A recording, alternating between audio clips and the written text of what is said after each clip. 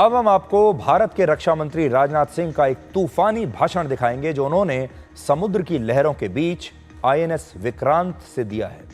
INS Vikrant made in India aircraft carrier है जो operation सिंदूर के दौरान अरब सागर में पाकिस्तान के कराची शहर पर नजर गाड़ कर बैठा हुआ था। आज रक्षा मंत्री राजनाथ सिंह ने गोवा में तैनात इसी आईएनएस विक्रांत से पाकिस्तान को 3 बहुत ही कड़े संदेश दिए हैं। पहला, उन्होंने कहा कि ऑपरेशन सिंदूर तो सिर्फ एक वार्म अप था और अगर अगली बार पाकिस्तान ने कुछ ऐसी हरकत की तो हमारी नौसेना एक्शन में आ जाएगी और फिर भगवान ही जानता है कि पाकिस्तान का क्या होगा। दूसरा, नौसेना ने 1971 के युद्ध में पाकिस्तान के 2 टुकड़े कर दिए थे, लेकिन अब नौसेना जरूरत पड़ने पर उसके 4 टुकड़े भी कर सकती है।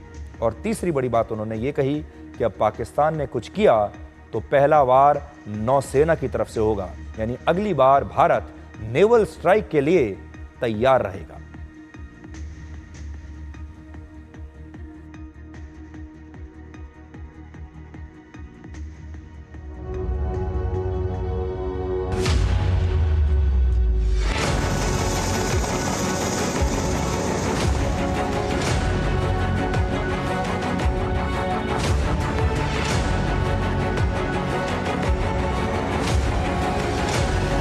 खामोश रहकर भी किसी देश की फौज को बोतल में बंद कर सकता है, वह जब बोलेगा तो उसका नजारा क्या होगा।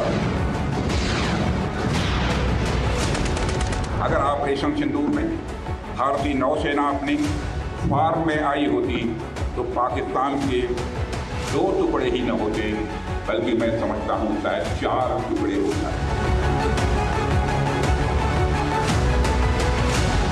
अगर पाकिस्तान ने इस बार कोई नापाक हरकत की तो हो सकता है कि इस बार ओपनिंग हमारी नेवी के द्वारा हो।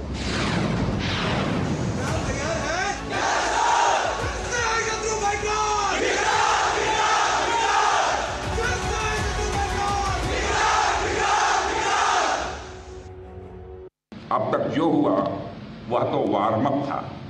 अब तक जो हुआ वह तो वार्म अप था। अगर पाकिस्तान से फिर यदि कोई जरूरत की तो इस बार नेवी भी हरकत में आएगी और फिर भगवान ही जानता है कि पाकिस्तान का क्या होगा।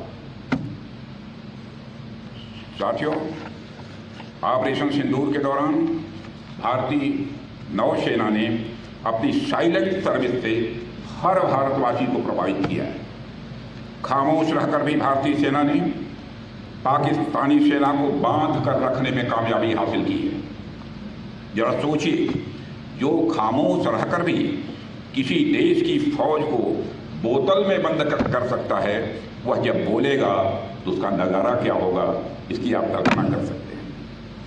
इस बार तो पाकिस्तान को भारतीय नौसेना की फायर पावर का सामना नहीं करना पड़ा, मगर दुनिया जानती है अगर पाकिस्तान ने इस बार कोई नापाक हरकत की तो हो सकता है कि इस बार की ओपनिंग और किसी के द्वारा ना हो, हमारी नेवी के द्वारा होगी।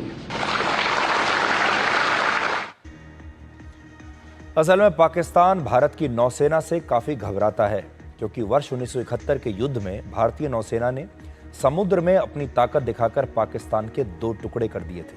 और आज भी पाकिस्तान में जब बलूचिस्तान के लोग आंदोलन करते हैं तब पाकिस्तान को यही डर सताता है कि बलूचिस्तान को अरब सागर में भारतीय नौसेना का साथ कहीं ना मिल जाए। पाकिस्तान की लगभग 80% समुद्री सीमा बलूचिस्तान के प्रांत में ही आती है और यही कारण है कि बलूचिस्तान में जब आंदोलन होता है, जब भी आंदोलन होता है, तब पाकिस्तान को अरब सागर में भारतीय नौसेना का डर सताता है। आपको जानकर गर्व होगा कि भारत के पास दुनिया की 5वीं सबसे मजबूत नौसेना है, जबकि पाकिस्तान की नौसेना 27वें नंबर पर आती है। भारत के पास 2 एयरक्राफ्ट कैरियर्स हैं, जबकि पाकिस्तान के पास एक भी नहीं है। भारत के पास 18 सबमरीन्स हैं, पाकिस्तान के पास सिर्फ 8 हैं। भारत के पास समुद्री सीमा की निगरानी के लिए 135 पोत हैं, जबकि पाकिस्तान के पास इसके आधे 69 हैं। भारत के पास 13 नौसेना विध्वंसक हैं, जबकि पाकिस्तान के पास एक भी नहीं है। और भारत के पास 14 युद्धपोत हैं, जबकि पाकिस्तान के पास 9 युद्धपोत हैं।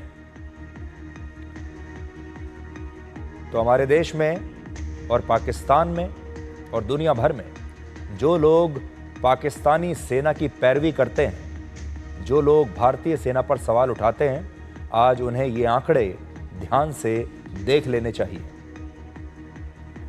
आज हमारे देश के बहुत सारे लोगों को ये बात पता नहीं होगी कि एक जमाने में भारत को समुद्र की सबसे बड़ी ताकत, सबसे बड़ी शक्ति माना जाता था और पश्चिमी देशों की नौसेनाएं हमारी नौसेना से कमजोर थी। भारत की समुद्री सीमा 11,098 किलोमीटर लंबी है, जो पूरी दुनिया में 14वें स्थान पर है। आप इस समय अपनी स्क्रीन पर इस नक्शे को देखिए, जिसमें भारत हिंद महासागर के बिल्कुल मध्य में स्थित है और पूर्वी अफ्रीका, मध्य एशिया, दक्षिण पूर्वी एशिया और ऑस्ट्रेलिया तक किसी भी समुद्री व्यापार के लिए भारत उसके केंद्र में आता है। भारत के लोथल में इस दुनिया का सबसे प्राचीन बंदरगाह है, जो लगभग 4,200 वर्ष पुराना है, यानी ईसाई धर्म से भी 2,000 वर्ष पुराना और इस्लाम धर्म से 2,800 वर्ष पुराना। जिस सिंधु घाटी सभ्यता से हिंदू और हिंदुस्तान शब्द अस्तित्व में आए, उससे 3 से 4,000 साल पुरानी सभ्यता की एक मोहर हमारे पास है, जिसमें आप उस वक्त के सबसे आधुनिक समुद्री पोत को देख सकते हैं। 9वीं से 13वीं शताब्दी के बीच दक्षिण भारत के चोल साम्राज्य को उस समय की सबसे शक्तिशाली नौसेना माना जाता था। यह नौसेना चोल साम्राज्य के पास थी और इसी कारण तमिलनाडु से लेकर श्रीलंका, बर्मा, थाईलैंड और इंडोनेशिया तक चोल साम्राज्य फैला हुआ था और इसके जहाज पश्चिम से मध्य एशिया से लेकर चीन तक आते जाते थे। आज जिस भूखंड पर सबसे बड़ी मुस्लिम आबादी वाला देश इंडोनेशिया है, वो इंडोनेशिया भी चोल साम्राज्य के जमाने में श्री विजया हुआ करता था, जबकि थाईलैंड को स्वर्ण भूमि और द्वारवती कहा जाता था। उस दौर में चोल साम्राज्य की नौसेनाओं के साथ हिंदू धर्म और भारतीय संस्कृति पूरे दक्षिण एशिया में फैली हुई थी और 12वीं शताब्दी में कंबोडिया के राजा सूर्यवर्णम द्वितीय ने एक मंदिर का निर्माण किया, जिसे अंकोर वाट मंदिर कहते हैं। यह मंदिर सैकड़ों वर्षों तक पूरी दुनिया का सबसे बड़ा धार्मिक स्थल बना रहा और लगभग 400 एकड़ में फैला यह मंदिर वेटिकन सिटी से 4 गुना बड़ा था। मध्य युग में भी गुजरात के व्यापारी पश्चिम एशिया और अफ्रीका तक व्यापार किया करते थे और आप सब ने अपने स्कूलों में तो यही पढ़ा होगा कि भारत के समुद्री मार्ग की खोज वर्ष 1498 में वास्को डिगामा ने की थी। आपने भी स्कूल में यही पढ़ा होगा, लेकिन एक नया अध्ययन, एक नई स्टडी ये कहती है कि वास्को डिगामा को भारत का समुद्री मार्ग एक गुजराती व्यापारी ने ही बताया था, जिसका नाम था कांजी मलाम। जून 2017 में जब प्रधानमंत्री मोदी पुर्तगाल में थे, तब उन्होंने भी इस गुजराती व्यापारी और भारत की समुद्री शक्ति का जिक्र किया था। छत्रपति शिवाजी महाराज के बारे में ये बात तो आप सब जानते हैं कि उन्होंने मुगलों को काफी नुकसान पहुंचाया, उनके साथ संघर्ष किया, लेकिन ये बात बहुत कम लोग जानते हैं कि उन्होंने एक बहुत ही शक्तिशाली नौसेना का भी निर्माण किया था। छत्रपति शिवाजी महाराज उस जमाने में ये बात जानते थे कि एक महाशक्ति बनने के लिए एक समुद्री शक्ति बनना कितना आवश्यक है। 18वीं शताब्दी से पहले तक भारत दुनिया की सबसे मजबूत नौसेनाओं में से एक था और हमने हॉलैंड, ब्रिटिश और पुर्तगाल के समुद्री बेड़ों को बहुत ही आसानी से तब अरब सागर में हराया था।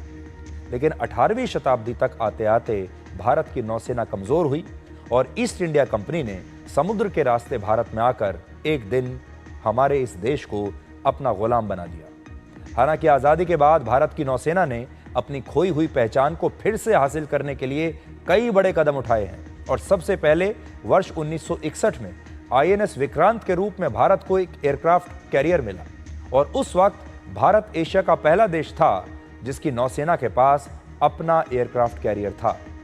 इसके बाद भारत की नौसेना और मजबूत होती चली गई और मौजूदा वक्त में पाकिस्तान जैसे देश भारत की नौसेना से बहुत पीछे हैं। भारत के पास आईएनएस विक्रांत और आईएनएस विक्रमादित्य के रूप में 2 एयरक्राफ्ट कैरियर हैं। पूरी दुनिया में सिर्फ चीन और अमेरिका ही 2 ऐसे देश हैं जिनके पास भारत से ज्यादा एयरक्राफ्ट कैरियर्स हैं। INS Vikrant made in India aircraft carrier है, जिस पर एक समय में 30 फाइटर जेट्स और हेलीकॉप्टर्स रह सकते हैं। हमारे देश में एक खास वर्ग ऐसा है जो बार